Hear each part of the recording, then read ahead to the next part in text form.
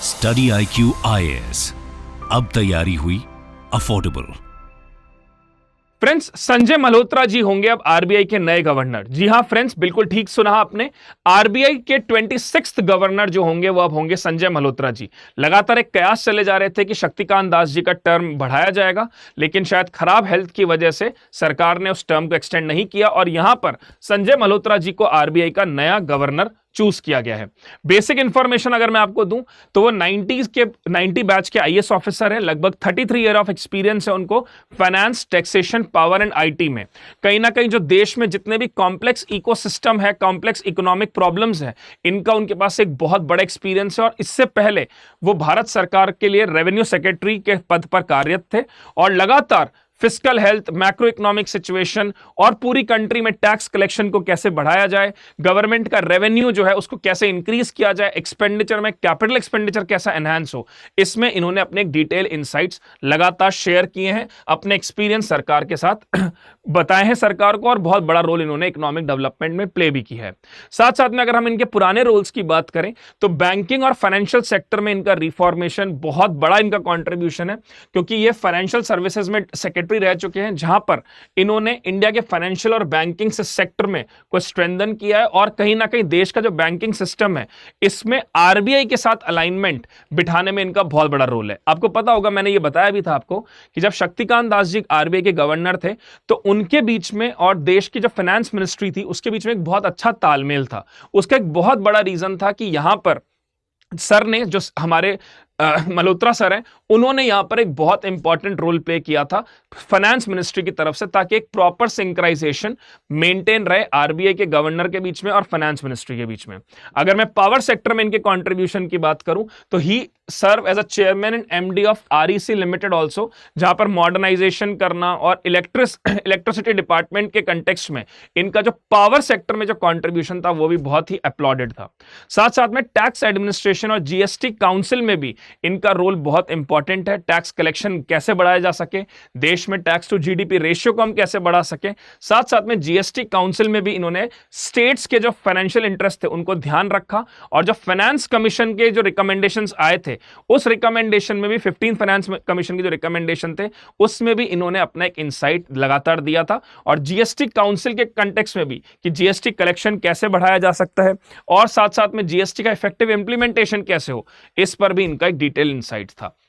अगर मैं आपको ओवरऑल बताऊं कि गवर्नर ऑफ आरबीआई को कैसे चुना जाता है तो appointment committee of the cabinet के द्वारा आरबीआई के गवर्नर को चूज किया जाता है, और इस अपॉइंटमेंट कमिटी ऑफ कैबिनेट जो है इसके चेयरपर्सन होते हैं भारत के प्रधानमंत्री। यूजुअली जो भी आरबीआई का गवर्नर बनता है उनको economic policy making, financial regulation, banking और पब्लिक एडमिनिस्ट्रेशन का अच्छा खासा अनुभव होना चाहिए। द टर्म जो होता है इनका आरबीआई एक्ट ऑफ 1934 के according the tenure of RBI governor is 3 year, और अगर जरूरत पड़ती है और लगता है कि पर्टिकुलर आरबीआई गवर्नर बहुत अच्छा परफॉर्म कर रहे हैं, बहुत अच्छा काम कर रहे हैं, तो इस टर्म को एक्सटेंड भी कर दिया जाता है।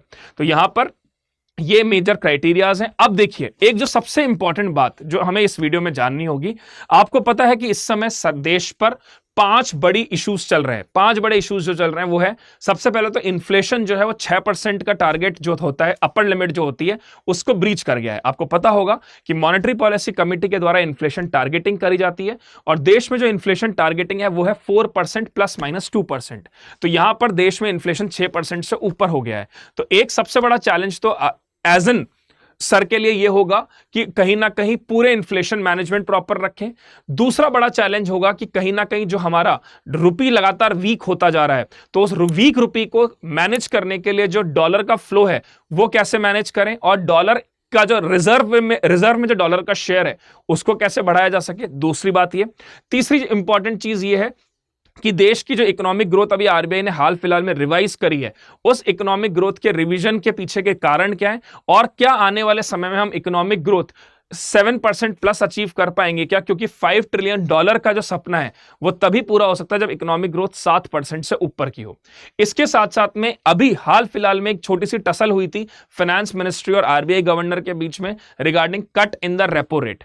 तो जो cut in the repo rate है उस पर बहुत बार सीधा सीधा आरबीआई पे क्वेश्चनिंग हुई है कि आपने रेपो रेट कट क्यों नहीं किया, जब आपको पता है कि इकोनॉमी में एक स्लो डाउन चल रहा है, इकोनॉमी अपने लोवेस्ट पे है, Q2 की जो ग्रोथ है वो 7th पिछले 7 क्वार्टर में सबसे कम ग्रोथ है। तो यहां पर उम्मीद यही थी कि मॉनेटरी पॉलिसी कमेटी की मीटिंग के बाद कि कहीं ना कहीं रेपो रेट को कम किया जाएगा, लेकिन रेपो रेट को न्यूट्रल स्टैंस मेंटेन किया गया। तो यहां पर यह भी बहुत इंपॉर्टेंट है कि अब आने वाले समय में जो मॉनेटरी पॉलिसी कमेटी की जो मीटिंग फरवरी में होगी, उसमें कहीं ना कहीं क्या रोल अडॉप्ट करते हैं आरबीआई के गवर्नर और क्या वास्तव में रेपो रेट को कट किया जाएगा।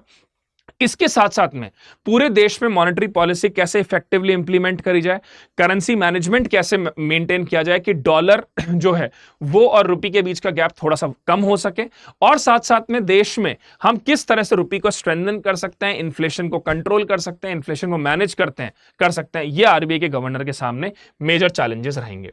अगर मैं बात करूं की रिस्पॉन्सिबिलिटी की, तो जैसा कि मैंने बताया, इन्फ्लेशन अगर इकोनॉमी में ज्यादा होता है तो मॉनेटरी पॉलिसी फॉर्मुलेशन किया जाता है, रेपो रेट को बढ़ाया जाता है, सीआरआर एसएलआर को बढ़ाया जाता है।